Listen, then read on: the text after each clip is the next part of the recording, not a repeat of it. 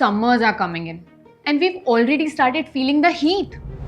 And if that wasn't enough, your electricity bill is only going to make you sweat even more. But what if cooling could be natural, beautiful, and also friendly for the environment?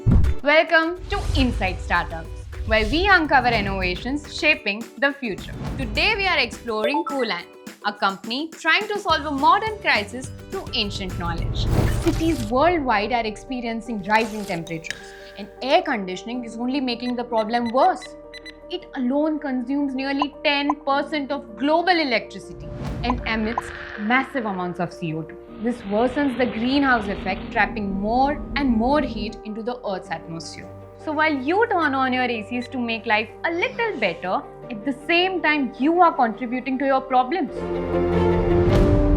However, it wasn't always this way. I'm sure you all remember mud casks that kept water inside magically cool, no matter the temperatures outside. Well, it wasn't actually magic. Porous clay has a unique property that can cool surroundings using evaporation. So why not use this ancient wisdom to tackle a modern crisis?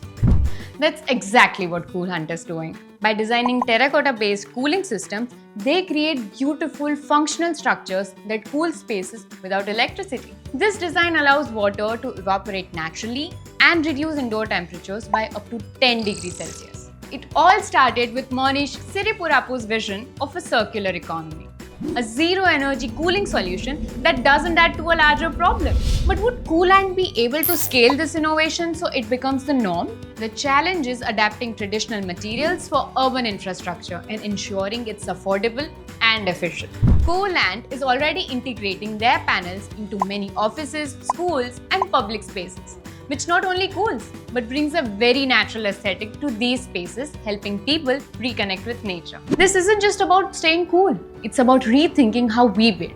With cities growing hotter every year, sustainable architecture isn't optional, it's essential.